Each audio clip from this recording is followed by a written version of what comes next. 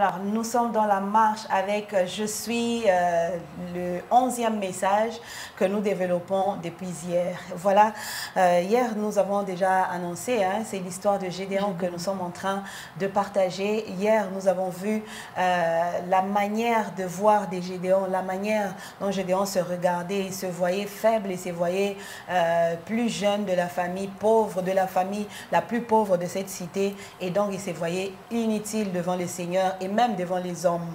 Aujourd'hui, on se dit, quelle est la manière de voir, quel est le regard que le Seigneur a jeté sur Gédéon, quelle est la façon de voir du Seigneur sur Gédéon, comment est-ce que le Seigneur a qualifié et a vu Gédéon. C'était vraiment le contraire de ce que Gédéon pensait de lui-même. Papa Sako. Effectivement, ça ne pouvait qu'être le contraire parce qu'il était déjà dans une situation très compliquée. Oui. Et les pensées de Dieu sont plus élevées que nos pensées. Amen. Nous sommes là, nous sommes limités autour de nos réalités, nous regardons un peu à tout ce dont nous sommes capables. Eh bien, certainement que Gédéon se connaissait d'une certaine façon. Oui. Mais lorsque Dieu s'approche de lui, ça change. C'est Dieu qui nous transforme. Oui. C'est quand Dieu vient vers nous que nous sommes changés. Nous ne le sommes pas par nous-mêmes. Regardez un peu l'appellation qui passe pour quelque chose d'étrange aux yeux de Gédéon, parce que en regardant sa position dans la famille, en regardant la condition de sa famille, en regardant la situation du pays, il s'est dit, il n'y a pas d'espoir. Non, il n'y a pas une seule fenêtre ou claustra que l'on peut utiliser pour sortir de Gédéon un vaillant. Il n'y en a pas. Mais Dieu, dans son omniscience, dans son omnipotence, il sait faire de Gédéon un vaillant. C'est Dieu qui nous change de position. C'est Dieu qui nous donne une nouvelle identité. Nous, nous sommes là, cramponnés autour de ce que nous sommes en mesure de faire. Ce que nous voyons. Et ce sont des choses aussi qui nous donnent une certaine attitude, un certain comportement. Et nous avons un regard sur nous-mêmes par rapport à certaines réalités. Mais Dieu n'attend pas un changement pour nous changer. Non. Dieu vient vers nous. Dieu n'attend pas que tu aies des dispositions des vaillants. Non, Dieu vient parce que c'est lui qui fait de nous des vaillants.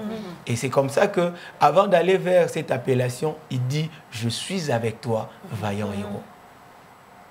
Si Dieu est là, tout peut arriver. Amen. Amen. Il y a ce que l'homme pense de lui et il y a ce que Dieu pense de l'homme. Et comme le pasteur l'a dit, j'ai beaucoup aimé ce que Papa Sako a ajouté. Nous pouvons avoir une certaine façon de voir, mais Dieu voit autrement les choses. Mais on ne va pas forcer Dieu à voir les mêmes choses, à voir de la même façon que nous. Quand bien même Gédéon a essayé de convaincre Dieu qu'il était faible, mais Dieu le voyait autrement. Le pasteur l'a dit, Dieu avait un autre langage sur Gédéon. Et ce que Dieu dit que tu es, c'est ce que tu es, même si ce n'est pas visible aux yeux des gens et aux yeux de toi-même, même si tu te vois autrement. Mais si Dieu a dit que tu es Mwamboui, tu l'es. Tu l'es. Et ça rejoint vraiment ce qu'on était en train de se dire avant. Je crois que Gédéon avait vraiment le cafard parce que il voyait tout était noir pour lui et tout. Et j'aime beaucoup parce que Dieu n'attend pas qu'il puisse remporter la victoire, humainement parlant, physiquement parlant, pour pouvoir l'appeler vaillant héros. Le Seigneur a la meilleure définition parce que si lui qui t'a créé, il te dit vaillant héros, tu l'es vraiment. Même si ça ne se voit pas. Même si ça ne se voit pas. Parce que la personne qui a formé une chose, c'est à quoi elle est comment je peux dire, elle est attribuée. Je me rappelle, il y a une histoire qu'on a racontée, je ne sais plus où j'ai suivi. Il y avait un monsieur qui avait un véhicule qui ne marchait pas très bien. Le véhicule s'est arrêté en route. Ouais, s'est arrêté en route, mais il n'arrivait pas à démarrer le véhicule et tout. Et puis, il a vu un monsieur là très bien habillé. Le monsieur s'est arrêté, il a dit, qu'est-ce qui ne va pas? Il a dit, non, mon véhicule ne marche pas bien. Il a dit, ok, d'accord, tu peux monter, que j'essaie de voir. Il essaie de voir et tout, et tout, et tout. Tu peux démarrer maintenant? Il démarre et puis voilà. Et puis après, il dit, mais monsieur, vous êtes tellement bien habillé, vous êtes tellement chic. Pourquoi vous êtes arrêté pour voir mon véhicule en panne? Il a dit, je suis Ford. C'était lui-même le Ford. C'est lui le fabricant. Je ne peux pas supporter qu'une de mes, comment je peux dire, un de mes produits complique le client. Donc je veux dire que le Seigneur est là pour redéfinir les choses, au fait, pour voir que non, tu pars peut-être pas dans la bonne direction, je veux refixer les choses. Tu es vaillant héros. Et des fois, comme on le disait avant, nous nous définissons par rapport à nos cadres. par rapport à la comparaison, non, nous sommes de la plus petite tribu. D'ailleurs, tu ne vois pas comment est-ce que les autres peuples nous accablent. Nous nous comparons par rapport au passé. Dieu qui faisait ceci ne fait plus. Mais Dieu, lui, sa position, lui, ne change pas. Ésaïe 55 dit que autant ses pensées sont élevées au-dessus, autant les cieux sont élevés au-dessus de la terre. Ses pensées ne sont... Ça ne sera jamais. Ça ne sera jamais nos pensées. Et c'est important, en fait, comme on le disait pour la sœur qui avait la préoccupation dernièrement, d'entrer dans la présence de Dieu, de rencontrer Dieu afin qu'il puisse vous redéfinir. Moi aussi, je pars de là. Gédéon n'est pas allé vers Dieu, mais c'est Dieu qui est allé vers lui. Et il a trouvé grâce aux yeux du Seigneur. Dieu pouvait sélectionner. Je crois que dans la famille de Gédéon, il y avait des plus costauds, il y avait de plus âgés que lui.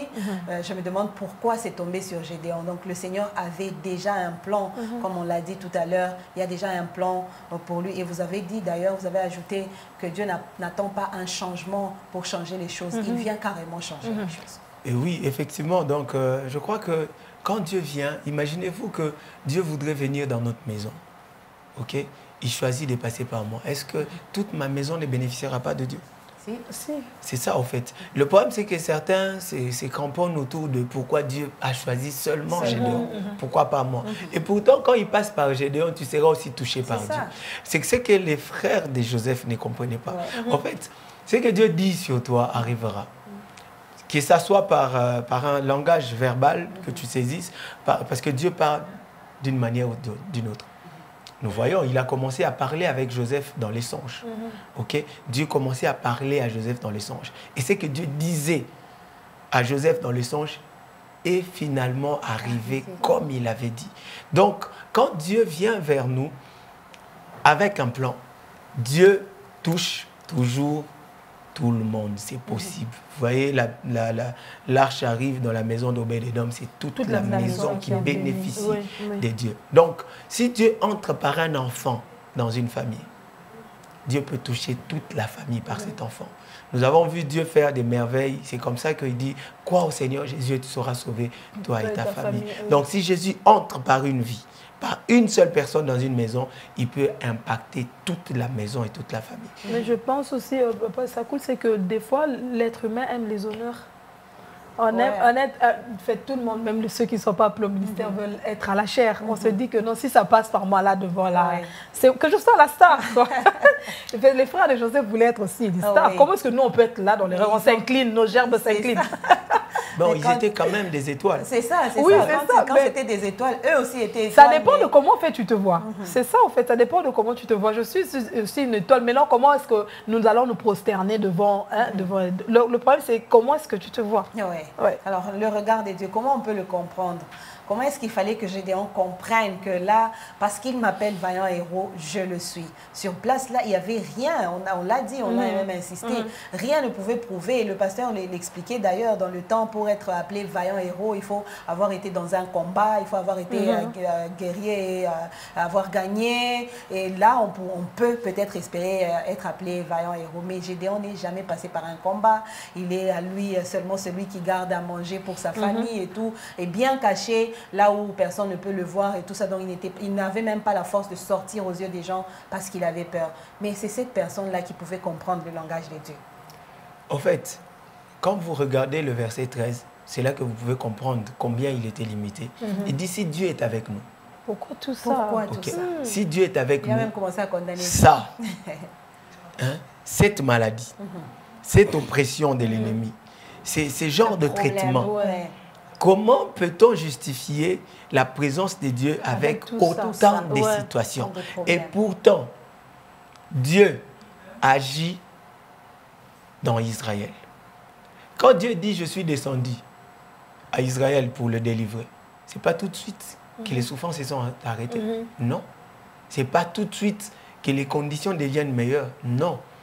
La situation est telle qu'elle est. Le Seigneur vient. Donc, quand Dieu arrive, il a un temps bien défini pour accomplir ce qu'il veut faire. Lorsque Dieu vient visiter Gédéon, il le trouve dans une situation. Dieu ne fait pas de la magie. Ça, c'est ce que l'enfant de Dieu doit comprendre. Dieu peut faire instantanément quelque chose et Dieu peut aussi aller à un rythme donné. prendre un processus et arriver à un résultat. C'est comme ça que vous allez voir Dieu en train d'équiper Gédéon d'une confiance en lui d'abord pour permettre à ce que tout ce qu'il va faire puisse se faire. Dieu, si on ne lui fait pas confiance, il peut tout arrêter. Parce que Dieu voudrait bien qu'on lui fasse confiance. Quand il vient vers Gédéon, il dit « Je suis avec toi, vaillant héros ».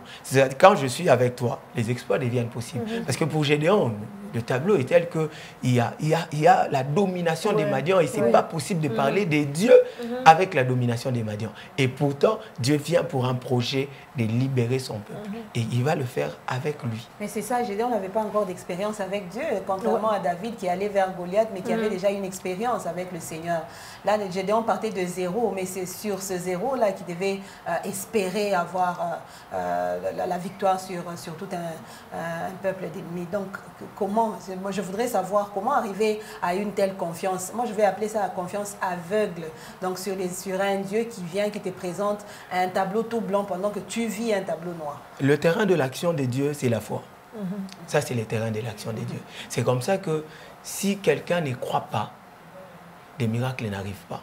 Mais si quelqu'un croit, les miracles deviennent possibles. Alors, Gédéon est en train de regarder à sa condition, à sa situation, mais Dieu ne voit pas sa situation. Dieu est en train de voir la délivrance. Vous voyez? Et c'est ce qui nous arrive aussi. Nous voulons voir pour croire. C'est ce que Gédéon voulait. Il voit et puis dit, ok, ces prodiges-là fait la manifestation de la puissance de Dieu qui est avec nous. Ces miracles-là fait que Dieu soit réellement avec nous. Et pourtant, Dieu n'attend pas qu'il y ait un prodige pour pouvoir s'affirmer ou se confirmer. Vous voyez? Mais Gédéon voudrait bien d'un prodige pour pouvoir s'affirmer. Et c'est comme ça qu'en avançant avec le Seigneur dans l'échange, nous le verrons par la suite, il va même demander des signes qui, humainement parlant ou scientifiquement parlant, ne peuvent pas se faire. Mais puisque Dieu est Dieu, il aide Gédéon à pouvoir adhérer à et Dieu ne refuse pas, Dieu était patient. Hein. Moi, j'aime beaucoup. Il a pris son temps pour écouter et satisfaire. Est-ce qu'il a seulement... Je pense à ça. Je veux dire que Dieu a cédé un moment au caprice de Gédéon. On va peut-être y arriver. Mais déjà, ce premier contact n'était pas un contact d'un Gédéon qui a de l'espoir, qui peut croire facilement. La foi pour Gédéon, c'était un peu comme difficile, hein. Parce que ce qu'il vivait, c'était tout autre. C'était tout autre, mais je pense que chacun de nous montre sa foi de manière différente. Je ne pense pas que Jésus ait condamné Thomas qui voulait absolument voir. Il a dit, regarde, ne doute pas. Je veux dire, Dieu prend chacun de nous à son niveau. Tu vas avoir ta grande foi, mais la petite foi peut déplacer les montagnes. Dieu est patient envers nous parce qu'il est Dieu et il sait que des fois, il nous dit des choses qui nous dépassent. Alors, il prend son temps pour qu'on prenne aussi le temps de comprendre. Alors, tout se base sur la foi, la confiance que nous devons avoir en Dieu. Nous croyons sans avoir vu et après, nous allons voir parce que le Seigneur a décidé de marcher avec nous. Le Seigneur a décidé de marcher avec Gédéon depuis ce jour-là, mais il fallait qu'il arrive à croire, qu'il croie avant de se lever et d'aller combattre, qu'il arrive à manifester, à vivre cette foi pour que les choses arrivent à changer. On va y arriver, on va vraiment développer ce point jusqu'à la fin. C'était le premier point dans les trois que le pasteur Guy Amani nous a proposé. Et ce premier point, c'est que c'est le regard du Seigneur sur Gédéon. Gédéon se voyait autrement. Il avait un autre regard sur lui. Il voyait ce qu'il voyait. Et c'était vraiment une réalité qu'il vivait. Il était pauvre dans une ville pauvre. Il a vu son positionnement dans la famille. Il s'est dit, moi, je ne peux pas être choisi parce que je ne suis rien devant mes frères. Peut-être, il était le plus jeune, mais le Seigneur le regardait autrement. Le Seigneur avait un autre langage sur celui qui se croyait faible.